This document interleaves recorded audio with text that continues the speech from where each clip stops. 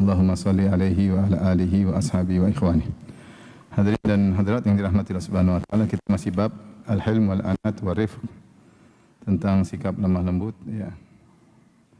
Dan masih ada dua hadis. Hadis berikutnya, wa an Aisyah radhiyallahu taala anha qalat, Aisyah ummul mukminin berkata radhiyallahu taala anha, ma khuyyira Rasulullah sallallahu alaihi wasallam baina amrayni qad illa akhadha aisarahuma ma lam yakun itsman. Adalah Rasulullah SAW tidak diberi pilihan dua perkara apapun kecuali beliau mengambil yang paling ringan daripada keduanya selama bukan merupakan dosa. Fa in kana itsman, kalau itu ternyata dosa, kana ab'adan nasi minhu, maka Rasulullah paling jauh dari sikap tersebut. Wa man taqama Rasulullah sallallahu alaihi wasallam min nafsihi fi syai'in qad, Rasulullah SAW tidak pernah balas dendam untuk dirinya sedikit pun, illa an tuntahaka hurmatullah, kecuali ada kehormatan Allah yang dilanggar. Fayantaqima lillah, maka beliau pun marah atau beliau membalas karena Allah Subhanahu wa taala ya. Muttafaqun alaih, hadis riwayat Imam Bukhari dan Imam Muslim. Di sini Aisyah menjelaskan tentang bagaimana sifat lembut Nabi sallallahu alaihi wasallam dan rifq ya. Di mana kalau ada dua perkara diberi pilihan kepada Nabi, Nabi pasti pilih yang paling ringan. Dan zahir hadis menunjukkan keumuman perkara ibadah, perkara muamalah, perkara apapun, selama masih ada dua pilihan dan satu lebih ringan, maka Rasulullah SAW pilih yang lebih ringan. Ya. Ibarat kalau kita kasih contoh, kalau kita mau jalan ke suatu kota, ada dua jalan, satu jalannya susah, satu jalannya mudah. Kita pilih jalan mana? Jalan mudah. Kalau kita pilih jalan mudah karena mengikuti sunnah Nabi SAW, karena Nabi demikian selalu memilih yang mudah, maka kita dapat pahala. Kita dapat pahala karena kita mengikuti sunnah Nabi SAW. Ya. Maka kita pilih yang mudah. Sebagian orang suka yang susah-susah ya, suka yang susah. Ini jalan gampang, cari jalan yang susah. Ya. Hobi ya, apa namanya, menempuh tantangan ya. Maka seorang berusaha cari yang mudah. Dalam ibadah pun demikian, selama itu adalah mudah, ada yang susah, pilih aja yang mudah. Makanya kalau jadi imam, Rasulullah SAW ingatkan, kalau imam jangan panjang-panjang ya, karena memudahkan bagi para makmum, jangan merepotkan para makmum. Demikian juga kalau kita lihat hadis-hadis Nabi SAW ya, ketika salat malam, kita dapati Rasulullah SAW, beliau salat malam terlebih dahulu, nanti ketika menjelang witir baru beliau bangunkan siapa? Aisyah. Sepertinya beliau tidak ingin merepotkan istri-istri beliau, karena beliau kalau salat malam sangat kuat ya, dan beliau bernikmat-nikmat dengan salat malam tersebut. Yaitu tidak maksa istrinya untuk harus ikut beliau dari awal sampai akhir. Itu menunjukkan bagaimana Rasulullah SAW pilih yang mudah. Demikian juga kalau Rasulullah khawatir bahwasanya suatu perkara bisa jadi wajib, maka beliau sengaja tidak melakukannya agar tidak wajib. Seperti salat tarawih, Rasulullah SAW salat tarawih berjamaah 3 kali bersama para sahabat. Ketika hari yang keempat para sahabat sudah kumpul, maka Rasulullah SAW ternyata tidak tarawih bersama mereka. Rasulullah SAW mengatakan, saya khawatir diwajibkan. Rasulullah SAW tidak ingin memberatkan umatnya. Rasulullah SAW juga mengatakan, laula an asyqa ala ummati la amartuhu bis-siwaki ma'a kulli salat. Kalau tidak memberatkan umatku, tentu aku suruh mereka untuk bersiwak setiap kali salat. Tapi Rasulullah tidak ingin memberatkan umatnya. Intinya kalau ada dua perkara yang mudah, selama itu tidak haram, maka Rasulullah SAW pilih yang mudah. Maka dalam agama ini kita tidak disuruh cari susah. Wa ma ja'ala 'alaikum fid dini min haraj. Allah tidak menjadikan agama ini susah. Yuridullahu bikumul yusra wa la yuridu bikumul usra. Allah ingin yang mudah, Allah tidak ingin yang susah ya. Taib. Oleh karenanya sebagian ulama berdalil, dan ini pendapat jumhur ulama, tentang misalnya melempar jamarat ketika hari-hari tasyrik, tanggal 11, tanggal 12, tanggal 13 ya. Ketika tanggal 10 Rasulullah SAW melempar di pagi hari. Tanggal 10 Dzulhijjah Rasulullah SAW melempar di pagi hari, lempar Jamratul Aqabah. Tapi ketika tanggal 11, tanggal 12, 13 ternyata Rasulullah SAW menunggu sampai waktu zuhur. Sampai kata Ibnu Umar, kunna natahayyanu zawal, fa idza zalatis syams ramaina. Kami dulu menanti-nanti sampai matahari tergelincir di tengah langit, yaitu masuk waktu zuhur. Jika matahari sudah tergelincir, maka kami pun melempar. Maka banyak ulama berpendapat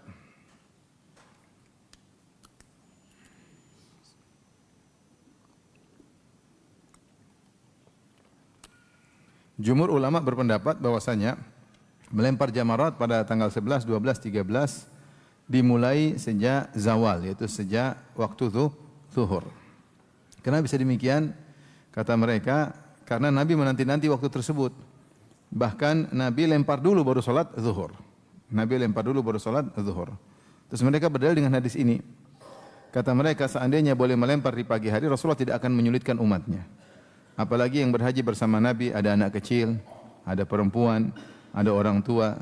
Ketika Nabi sengaja merepotkan mereka untuk melempar pada zuhur, berarti memang awal waktu lempar jamarat adalah waktu zuhur. Tentunya ada khilaf masalah ini. Ada yang mengatakan Rasulullah sengaja memilih waktu yang paling afdal. Bukan berarti tidak boleh melempar sebelum zuhur. Tetapi sebagian ulama berpendapat, kalau memang boleh di pagi hari, Rasulullah akan variasi. Beliau mungkin lempar setelah zuhur, ada waktu lain sehari mungkin lempar sebelum zuhur, atau menyuruh sebagian orang, kalian lempar sebelum zuhur, saya nanti pas zuhur, kalau memang boleh. Tetapi ketika 3 hari berturut-turut Rasulullah SAW tidak melempar kecuali setelah zuhur, maka ini dalil yang kuat, dan ini pendapat mayoritas ulama dari para ulama madhab, bahwasanya lempar jamarat waktunya baru sah tanggal 11, 12, 13 setelah azan zuhur, setelah azan zuhur, ya. Mereka berdalil dengan hadis ini, kalau memang boleh maka Rasulullah akan melempar sehari saja di pagi hari, atau Rasulullah membolehkan orang-orang untuk melempar di pagi hari. Sebagaimana ketika mabit di Muzdalifah, Rasulullah SAW membolehkan orang-orang untuk meninggalkan Muzdalifah sebelum subuh. Wanita-wanita diizinkan, dha'afah, orang-orang lemah, orang-orang tua diizinkan. Di antaranya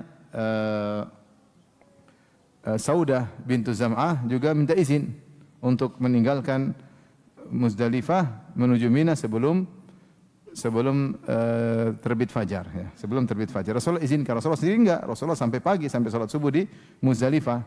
Nah, ini dalil bahwa Rasulullah memudah, silakan yang ya, karena meskipun yang sempurna sampai salat subuh, tapi ketika boleh untuk meninggalkan Muzdalifah bagi orang yang susah, orang yang lemah, orang yang sakit, orang tua, maka Rasulullah izinkan.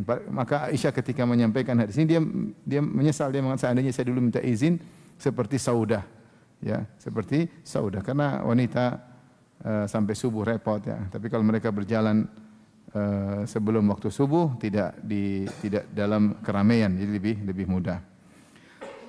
Baik, jadi ini dalil bahwasanya Rasulullah SAW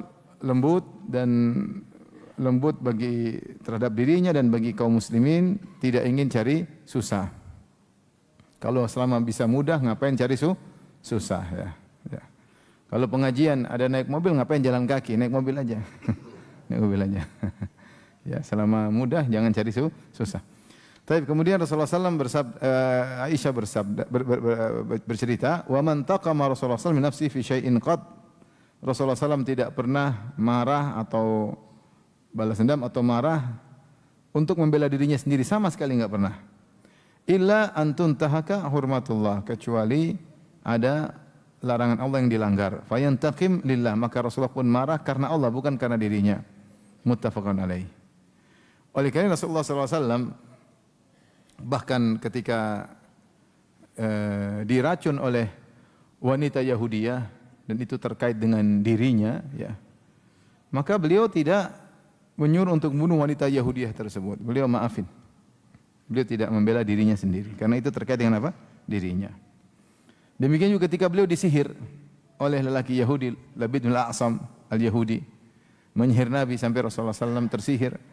Sampai Rasulullah SAW terkhayalkan bagi dirinya dia mendatangi istrinya, padahal dia tidak mendatangi apa? Istrinya. Sampai akhirnya Allah kirim malaikat untuk meruqyah Nabi SAW, maka Rasulullah pun sembuh, ya. Rasulullah pun memaafkan Yahudi tadi. Rasulullah SAW tidak suruh tangkap dia, kemudian bunuh dia, padahal kita tahu sihir hukumnya haram. Dan Rasulullah penguasa di kota Madinah ketika itu. Tapi karena terkait dengan dirinya, Rasulullah SAW memaafkan. Rasulullah maafkan ya. Tapi kalau sudah pelanggaran syariat terkait dengan kezaliman kepada orang lain, maka Rasulullah SAW marah karena Allah Subhanahu wa taala. Rasulullah marah karena Allah Subhanahu wa taala. Contohnya ketika ada wanita dari Bani Makhzum mencuri, dan kita tahu kabilah terkenal di antara kabilah Quraisy adalah Bani Hashim dan Bani Makhzum.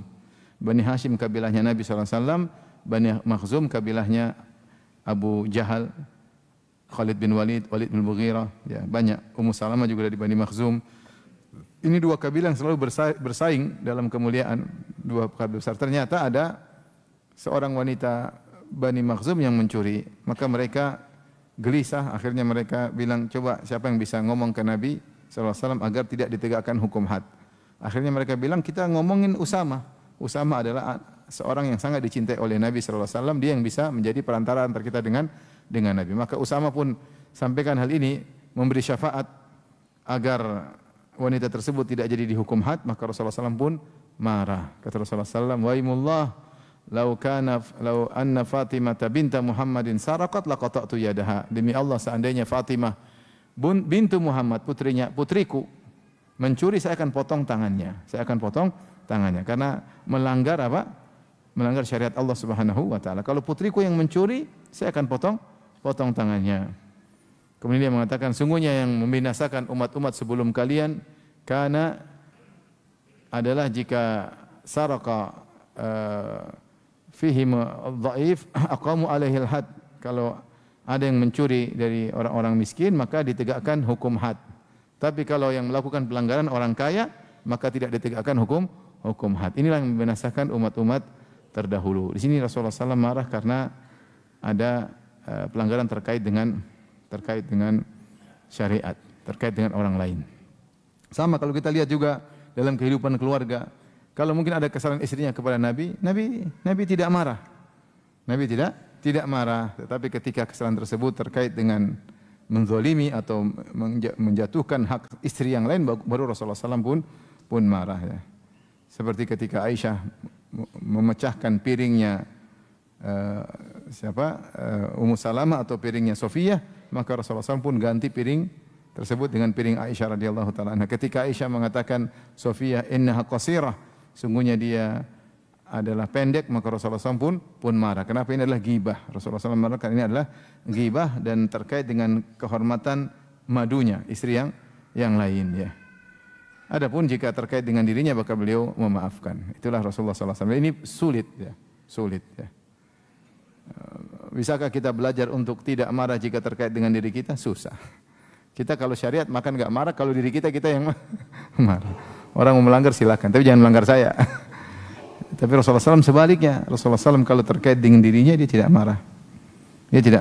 Dia memaafkan. Kalau sudah terkait syariat baru beliau marah. Beliau marah ya. Dan itu adalah akhlak yang sangat berat, namun itulah akhlak Rasulullah sallallahu alaihi wasallam ya. Baik, kita lanjutkan ya.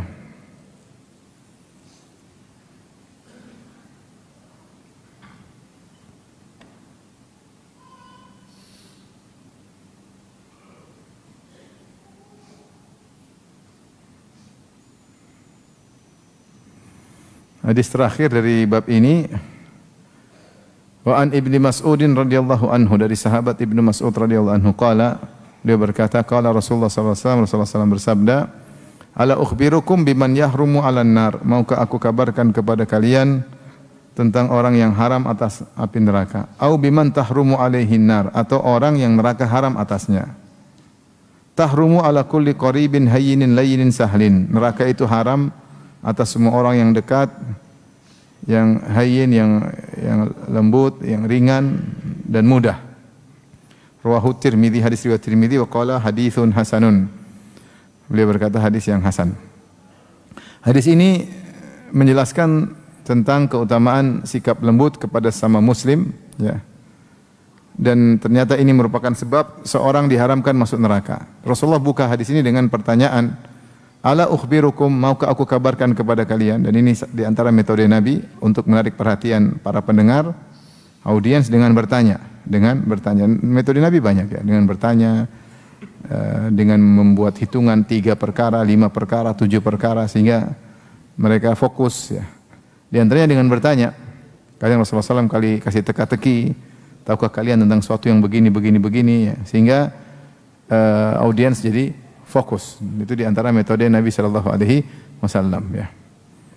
Kata Rasulullah SAW, maukah kau kabarkan kepada kalian biman yahrumu 'alan nar, tentang orang yang haram kena neraka, yaitu dia haram untuk masuk neraka. Atau sebaliknya, au biman tahrumu 'alaihi nar, atau neraka yang haram mengenainya. Ini ada yang mengatakan maknanya sama. Dia diharamkan masuk neraka, sama saja neraka diharamkan untuk kemasukan dia ya. Ini sekedar penguat. Ya, ada yang mengatakan dia diharamkan dekat dengan neraka, yang kedua neraka diharamkan dekat dengan dia. Artinya dia jauh dari neraka jahanam.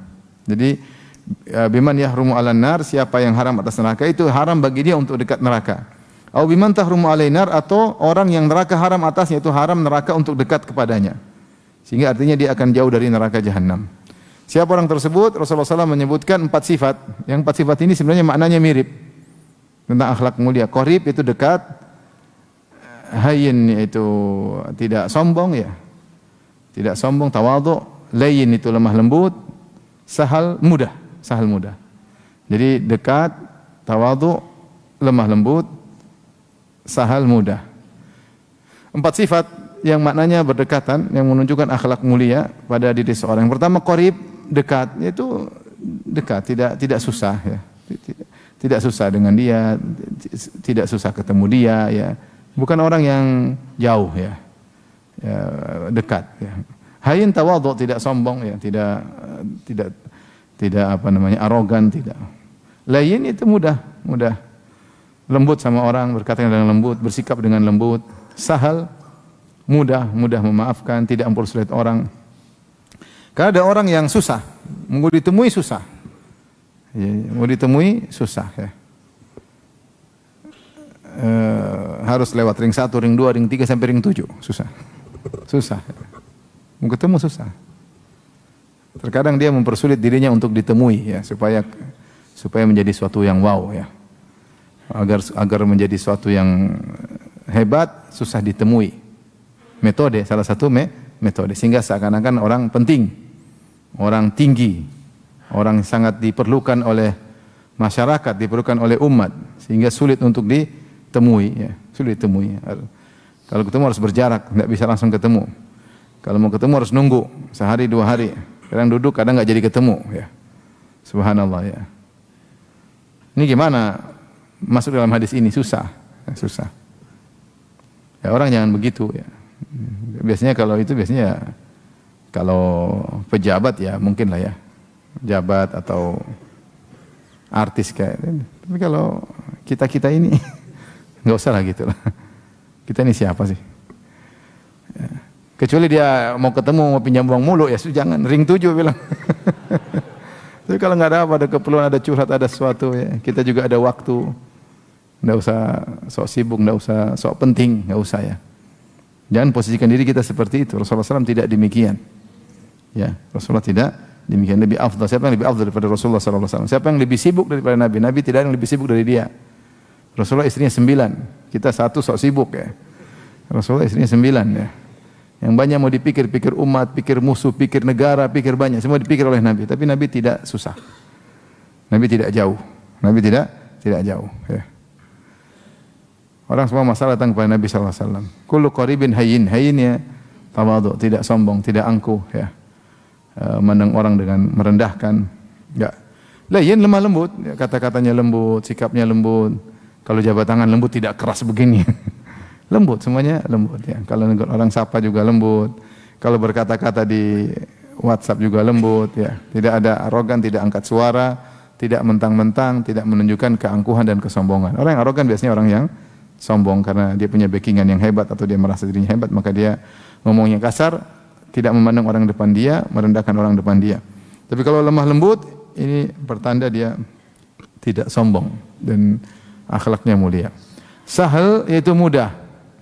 Kita ada masalah sama dia, mudah. Dia saya minta maaf, dia mudah maafkan. Ya, dia mudah maafkan. Ya. tidak repot ya, tidak repot. Kita mau belanja sama dia, kita bilang korting dong, mudah dia kortingkan. Orang yang mudah, tidak apa? Tidak susah. Kalau orang mau ketemu bertamu, saya bertamu rumah kamu, ya bisa bertamu rumah bisa. Masak apa kamu? Tempe apa kambing? Tempe saya nggak mau datang, harus kambing. Tapi ini susah, ini merepotkan orang. Sehingga orang muja-mudi deg-degan. Ini gimana ya? Gimana deg-degan? Merepotkan orang. Harus gini, harus begini, harusnya SOP-nya terlalu berat. Ya kalau presiden oke lah. Cuma kalau kita ini siapa? Ya. Harus pasang bodyguard kayak ada yang mau cari kita. Jadi jangan merepotkan ya. Semuanya repot kalau sudah sama dia ya. Semuanya repot. Mau ketemu repot, mau ngundang repot, mau jamu repot, mau ngobrol repot, mau semuanya repot. Lalu kalau urusan duit tambah repot lagi ya. Oleh karenanya seorang berusaha mudah sama istri juga mudah, sama anak-anak juga mudah, sama kawan mudah. Jangan persulit ya. Selama kita mampu untuk mudah, ngapain kita persulit? Kita sengaja memudahkan karena Allah. Bukan mudah-mudahkan sehingga terjerumus dalam maksiat atau perendahan, tidak. Kita selama kita bisa memudahkan urusan, ya, maka kenapa harus dipersulit? Ya, kita berharap pahala dari Allah Subhanahu wa taala karena orang yang seperti ini mudah, ya. Karena ada orang seperti itu, kamu dia susah. Ketemu aja susah, ngobrol susah. Ya, susah sama dia. Begini udah repot. Kita dihukumi susah sama orang, ya. Jangan mempersulit ya. Seperti orang minta jadwal ada jadwal enggak ada, qadarullah enggak ada. Bukannya orang penting tapi jadwal sudah penuh. Ya. Mungkin coba cari-cari kalau ada jadwal. Jangan enggak, kalau sama saya harus pesan 2 tahun sebelumnya. Ini kayak mempersulit. Kita bukannya enggak, karena sudah ada jadwal rutin yang buat kita repot karena ada jadwal apa? Rutin. Sehingga rutin keluar kota, sehingga untuk mencari celah-celah agak sulit ya. Tapi tidak usah kita bilang 2 tahun enggak bisa sekarang. Saya sudah padat. Jadi seakan-akan orang hebat, orang apa harus tunggu 2 tahun ya. Sampai ada kawan yang megang jadwal saya juga enggak tahu. Ada yang datang ke saya, Ustaz tahu dulu ada kawan pernah minta jadwal Ustaz. Iya.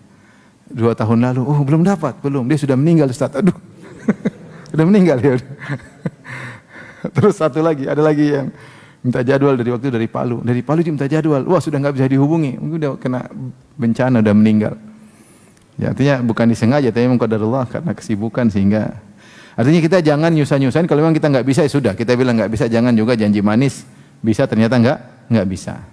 Tapi jangan mengesankan pada orang bahwasanya kita ini orang yang sulit. Ngundang saya sebagian orang.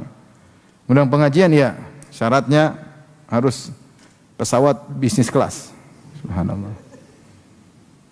Terus saya bawa istri harus suite apa? Suite ya. Suite room ya. Ngapain seperti ini? Saya ditanya sama orang, Ustaz ada orang begini. Enggak usah undang, saya bilang. Enggak usah undang. Terus apa? Nasihati dia. Enggak berani Ustaz, nasihati. Enggak berani, nasihati aja. Kenapa harus susah? Pengajian harus bawa tim 10. Ngapain? Tim 10 buat apa? Buat makan-makan. Ya jangan repotkan orang-orang jauh-jauh. Undang dia juga butuh biaya untuk biaya pesawat, biaya ini, gini. Kenapa ngerepotin masyarakat? Kayak kita orang penting aja. Ilmu apa yang kita kasih sama dia? Emang ilmu kita orang alim, alama. Terus kita mempersulit mereka. Kenapa harus begitu? Ya kalau pejabat oke lah, kita ini siapa sih? Kenapa harus mempersulit orang? Kalau bisa mudah-mudahkan. Kecuali kalau sakit, saya kegemukan nggak bisa kelas ekonomi, oke, kan alasan benar. Gemuk, ekonomi nggak cukup ininya, nggak cukup. Ya oke. Saya pernah pergi ke suatu kota, saya minta pesawat paling pagi dan itu pesawat Lion. Dan tidak ada semuanya kelas, nggak ada ekonominya. Lion kan semuanya kelas ya, semuanya bisnis ya. Enggak, semua ekonomi enggak ada bisnisnya ya. Akhirnya saya pergi pesawat paling pagi, dibelikan kursi 2. Baru pertama kali Firanda lah. Ngapain kursi 2? Siap, mungkin dia perhatian Ustaz gemuk katanya. Kursinya 2. Baru seumur hidup saya naik pesawat, kursinya tiketnya 2. Tiketnya dua, bukan satu. Tiket Firanda sama Firanda. Ternyata memang ada prosedurnya bisa seperti itu. Jaga-jaga Ustaz. Jaga-jaga apa? Cukup, saya sudah agak kurusan saya bilang. Maksudnya ya kita ini manusia kadang-kadang merasa sok penting, merasa sok hebat. Ya, kita semua menimpa, makanya kita harus lawan. Kalau kita nggak lawan, kita terbuai ke bawah. Akhirnya ternina bobokan, akhirnya kita yang mau begitu-gitu nggak mau, harus begini, harus begini, harus begini. Ada kawan dia bilang saya nggak mau naik kecuali Garuda. Kenapa? Karena pesawat yang lain ya. Pesawat yang lain terkadang delay, dan benar terkadang delay 4 jam, 5 jam. Ya sudah, itu alasan masuk akal ya, logis ya. Selama tidak merepotkan, jangan kita repotkan sesama saudara kita ya. Sampai ada yang mau ngisi pengajian, sana siapin ya. Yang saya Alphard tim harus pakai paliset, subhanallah. Yang bilang bukan ustaznya tapi timnya. Jadi ustaznya harus Alphard, timnya pakai apa? Paliset. Yang ada Avanza mau diapain? Ya ente mau apa, subhanallah. Ya udah seadanya aja. Seadanya aja. Kenapa mempersulit? Apalagi dakwah, kenapa mempersulit? Kita syarat-syaratin orang harus bayar ini, bayar ini. Memang kita punya ilmu apa mau kasih mereka? Mau jualan ilmu apa mau kita jual sama mereka? Suruh bayar mahal. Memang kita punya ilmu apa ya akhi? Malu. Malu kita jualan ilmu. Bayar mahal ilmu juga. Cetek, hafalan nggak ada, suka lupa-lupa ya. Bicara juga sering salah. Allah musta'an. Jadi maksud saya, ya udahlah jangan persulit. Ya. Antum juga kalau diundang orang harus kambing. Kalau nggak kambing saya nggak mau datang. Ente siapa? Tempe goreng ente sini. Jadi nggak usah merepotkan orang. Santai aja. Apa yang orang kasih itulah kita terima ya sudah. Tidak semua orang punya kemampuan, tidak semua orang dermawan. Banyak yang pelit ya sudah, sabar ya. Sabar.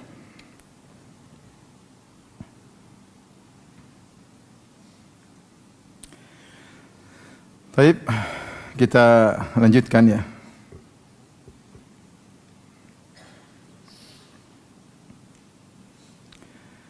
Bab berikutnya, bab al-afu wal i'rad anil jahilin. Bab memaafkan dan berpaling dari orang-orang jahil. Sama, ini salah satu dari akhlak mulia yang pahalanya sangat besar, memaafkan dan berpaling dari orang-orang jahil. Kemudian Al-Imam Nawawi rahimahullah membawakan beberapa ayat sebagai muqaddimah sebelum beliau membawakan hadis-hadis seperti kebiasaan beliau. Qala Allah Ta'ala, Allah berfirman, khudhil afwa wa'mur bil urfi wa'arid anil jahilin. Khudhil afwa yaitu khudh ma tayassara min akhlaqin nas. Yaitu khudhil afwa maksudnya maafkan orang-orang, jangan terlalu ekspektasi tinggi kepada mereka. Apa yang mereka bisa lakukan terima. Sisanya yang mereka tidak lakukan maafkan. Sisanya yang mereka tidak lakukan maafkan. Terima aja, mereka bisanya segitu ya sudah. Jangan paksa semua orang harus dermawan. Kau terima ya sudah. Karena Allah Subhanahu wa taala ya. Kalau kita merasa tidak dihormati, ingat kisah Nabi Musa sama Nabi Khadir. Allah sebutkan fantalaqa hatta idza ataya ahla qaryatin istata'ama ahlaha fa abaw ayyudhayyifuhuma. Ketika berjalan Nabi Khadir, Nabi Musa ke sebuah kampung, kemudian mereka minta makan, fa abaw ayyudhayyifuhuma, maka mereka seluruhnya enggan untuk kasih makan mereka berdua. Bayangkan, yang ketuk rumah Nabi, 2 orang, bukan satu Nabi, berapa orang? 2 orang. Ini Musa pernah berbicara langsung sama Allah Subhanahu wa taala. Bukan sembarang orang. Ketuk pintu minta dijamu, enggak dikasih jamuan. Ya sudah. Sebagian ulama mengatakan kalau kau tidak dihormati, ingat Nabi Musa. Siapa yang mulia? Kau apa Nabi Musa? Kau pernah bicara sama siapa? Sama malaikat aja enggak pernah, sama setan mungkin pernah. Ini Nabi Musa berbicara langsung dengan Allah. Sampai diberi gelar kalimullah. Terus dia minta jamuan, tidak dikasih. Ya kita kadang-kadang ada perasaan hudzu nafs, merasa begitu jengkel manusiawi.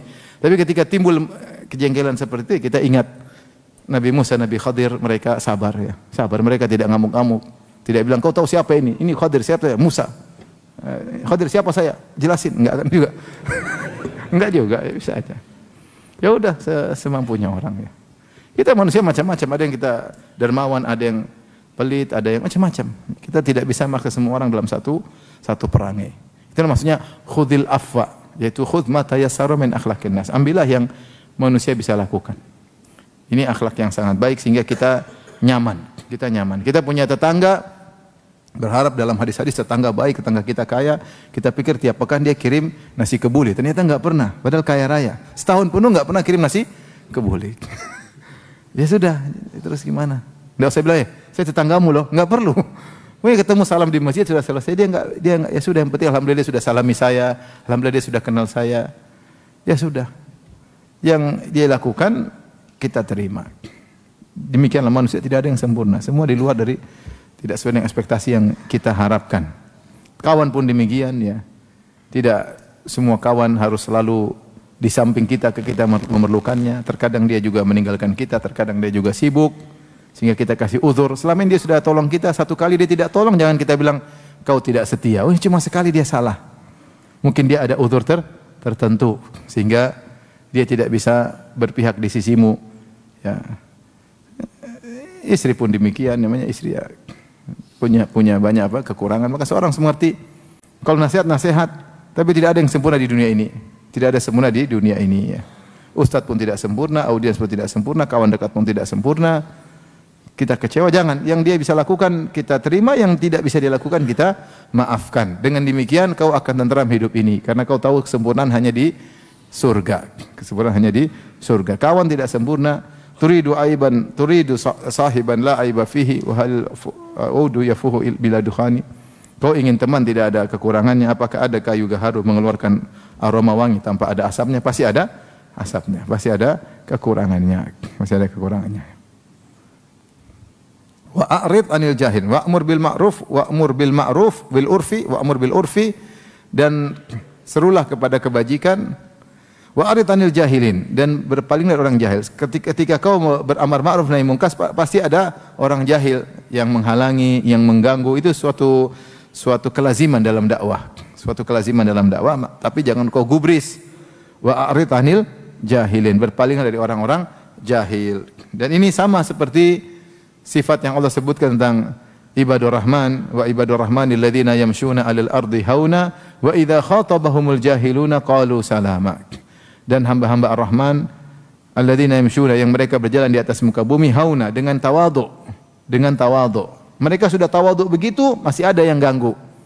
Wa idza khatabahumul jahilun, kalau orang jahil berbicara dengan mereka tentunya dengan gangguan, dengan penghinaan, dengan ejekan, qalu salama, yaitu mereka mengatakan keselamatan buat kalian, yaitu mereka tidak gubris.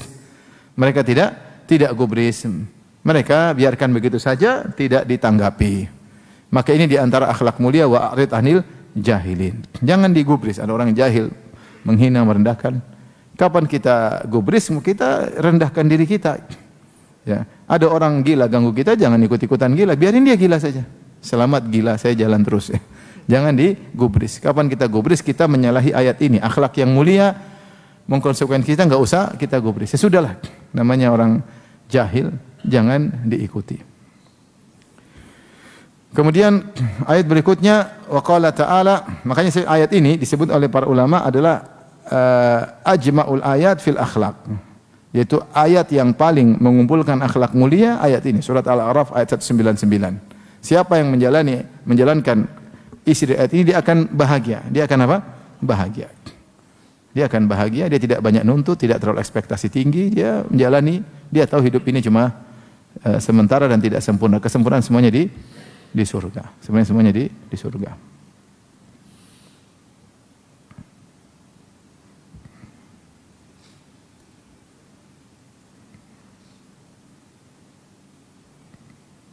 Waqala ta'ala.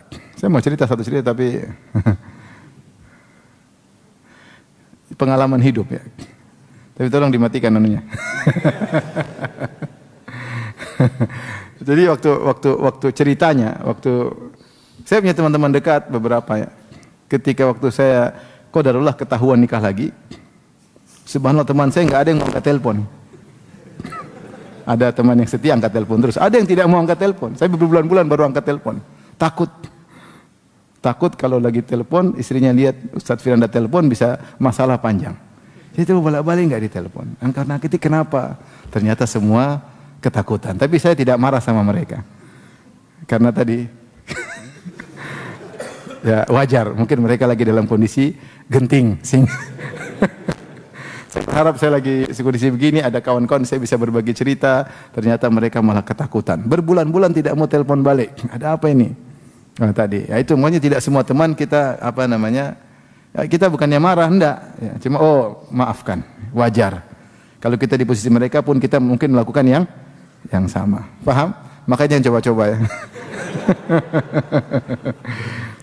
Ini kalau saya ingat ayat ini, saya ingat cerita itu benar. Tidak semua selalu siap sedia bersama kita. Ada terkadang kondisi buat mereka tidak bisa menolong. Jangan kita tuntut lebih dari itu. Jangan bilang, kau teman kok begitu? Enggak usah. Enggak usah. Kita berarti nuntut lebih dari yang mereka mampu. Dia enggak mampu. Karena kalau dia angkat telepon, dia ribut sama apa? Istrinya. Jangan dia, ada kawan, ada seorang ustadz diboikot sama istrinya berhari-hari. Kenapa? Gara-gara saya menikah lagi. Sampai ustadznya bilang, ini nikah saya, bukan saya yang menikah ustadz. Kenapa saya yang diboikot? Ini kisah nyata. maka maksudnya kita pengertian. Jadi tidak semua teman harus siap sedia. Kadang ada kondisi tertentu dia tidak mampu berdiri bersama kita. Itu manusiawi. Mereka bukan malaikat, mereka punya kebutuhan, mereka punya rasa takut. Mereka juga takut istri, biasa. Itu hal yang biasa. Maksudnya ini sekedar contoh, sampel aja ya. Dalam segala hal kita jangan ekspektasi tinggi sama orang lain. Apa yang mereka buat bagi kita sebisanya sudah. Kita bertamu, dia cuma bisa sediain tempe goreng sama pisang goreng, ya kita jangan kenapa pisang goreng? Enggak ada pisah kah? Jam 7 Ustaz belum buka. Misalnya yang dia mampu, kita jangan maksa lebih daripada itu. Kalau kita tidak nyaman, berulang-ulang tidak nyaman, ya sudah, tidak harus terus bersama dia. Ya dia mampunya segitu, kita nggak nyaman, kita mundur pelan-pelan. Tapi jangan nuntut dia yang di luar kemampuan dia, sehingga buat dia repot, buat dia susah. Ini namanya khudil afwa. Ambil yang mudah dari akhlak orang-orang. Tapi kita lanjut. Wa qala ta'ala fasfahis safhal jamil. Fasfahis safhal jamil. Lapangkanlah dadamu safhal jamil, maafkan dengan pemaafan yang indah. Kata para ulama yang dimaksud dengan memaafkan yang indah yaitu memaafkan dengan tidak mencela. Tidak mencela. Maafkan dengan tidak mencela. Nasihati boleh tapi tidak boleh mencela. Sebagian kita kalau maafkan, ya kau brengsek, kau kurang ajar, tapi saya maafkan. Dia maki-maki dulu. Baru apa? Memang kurang ajar, memang brengsek. Saya baru tahu kau brengsek, tapi ya sudahlah saya maafkan. Itu namanya maafkan tapi bukan pemaafan yang indah. Bukan maafan yang indah. Adapun ini wa inna sa'ata la'atiyatun, kata Allah, wa inna sa'ata la'atiyatun fasfahi safhal jamil. Sungguhnya hari kiamat akan tiba, maka maafkanlah dengan pemaafan yang indah. Ngapain kita dendam-dendam, ribut-ribut? Sebentar lagi hari kiamat. Kalau bukan hari kiamat besar, hari kiamat kecil, kita mati. Faman mata faqad qamat qiyamatu. Siapa yang mati sudah tegak hari kiamatnya. So, kita ngapain dendam? Hidup ini tidak semuanya indah. Kita kemudian rusak keindahan tersebut dengan dendam, dengan marah. Ya udahlah, ini sudah takdir, mungkin dosa-dosa kita sehingga dia zalimi kita. Udah maafin aja. Masih cocok lanjut, enggak cocok enggak harus bersama. Yang penting maafin, sudah selesai. Hati pun tentram, tenang. Enggak usah maki-maki dia, sudah selesai. Fasfahis safhal jamil. Namun ini susah. Susah. Memaafkan dan tidak pernah ngungkit-ngungkit lagi. Kalau ngungkit lagi itu namanya maafkan tapi masih mengungkit. Itu belum lapang dada. Adapun orang yang memaafkan dengan pemaafan yang indah, dia tidak ungkit-ungkit. Ini contohnya siapa? Nabi Yusuf alaihissalam. Ketika kakaknya mengatakan innaka la anta Yusuf, hadza akhi, kemudian apa? Innahu may yattaqi wa yasbir fa innallaha la yudhi'u ajral muhsinin. Qalu laqad atharakallahu alaina wa in kunna la khati'in. Ya, sungguh Allah telah memuliakan engkau wahai Yusuf daripada kami, dan kami sungguh telah bersalah. Wa in kunna la khati'in. Mereka ngaku salah di depan Yusuf. Kata Yusuf alaihissalam, la tathriba alaikumul yauma. Tidak ada celaan kepada kalian sejak hari ini. Yaghfirullahu lakum, semoga Allah ampuni kalian. Yusuf bilang, dia janji sama kakaknya, saya tidak akan mengungkit sama sekali. Saya tidak akan mencela kalian sama sekali sejak hari ini. Dan dia benar-benar buktikan janjinya tersebut. Bahkan ketika dia bertemu dengan ayahnya, akhirnya dia cerita tentang apa yang dia alami, dia skip masalah ini. Makanya dia mengatakan, laqad ahsana bi, wahai ayahanda, Allah telah berbuat baik kepadaku. Idz akhrajani minas sijn. ketika Allah keluarkan aku dari penjara. Wa ja'a bikum minal badwi min ba'di an nazaga syaitanu baini wa baina ikhwati. Setelah Allah mengadu domba antara aku dengan saudara-saudaraku. Dia enggak cerita Allah telah berbuat baik kepadaku ketika Allah selamatkan aku dari sumur. Di mana kakak-kakakku masukkan aku dalam apa? Sumur. Itu di-skip oleh Nabi Yusuf. Nabi Yusuf tidak cerita kepada ayahnya karena Nabi Yusuf kan diselamatkan banyak. Di antara bentuk penyelamatan Allah, yaitu Nabi Yusuf tidak dibiarkan di sumur, kemudian mungkin sakit, mungkin apa, tapi dijual, kemudian jadi budak dan Allah akhirnya selamatkan dia. Dan dia tidak singgung masalah ini. Karena kejadian ini bapaknya enggak tahu. Nabi Yakub enggak tahu apa yang dilakukan oleh kakak-kakaknya kepada Nabi Yusuf. Adapun kakak-kakaknya cemburu kepada Yusuf, bapaknya tahu, Nabi Yakub tahu. Makanya perkara yang bapaknya tidak ketahui, Nabi Yusuf skip. Dia tidak sebutin. Dia mengatakan laqad ahsana bi. Sungguh Allah telah berbuat baik kepadaku. Idz akhrajani minas sijn. Dia langsung cerita tentang penjara. Padahal sebab dia di penjara gara-gara kakaknya jual dia apa, Bu? Budak. Dan seterusnya sampai dia di penjara. Ketika Allah keluarkan aku dari penjara. Kemudian wa jaa bikum, dan Allah mendatangkan kalian minal badwi, dari kampung kepada kota Mesir, mim ba'di an nazaga syaitanu baini wa baina ikhwati. Setelah syaitan adu domba antara aku dengan kakak aku. Ini antara nikmat. Adapun kakak-kakaknya cemburu pada Yusuf, tidak perlu Yusuf sembunyikan karena bapaknya juga tahu. Tapi bagaimana cara Yusuf mengungkapkan? Dia bilang setan yang jadi masalah, bukan kita. Sehingga dia melimpahkan kesalahan kepada setan. Dia mengatakan mim ba'di an nazaga syaitanu baini wa baina ikhwati, setelah setan mengadu domba antara aku dengan kakak-kakakku. Sehingga Yusuf tetap berpegang dengan komitmen tidak mencela kakak-kakaknya sama sekali. Taib azan ya. Taib selain tanya jawabnya.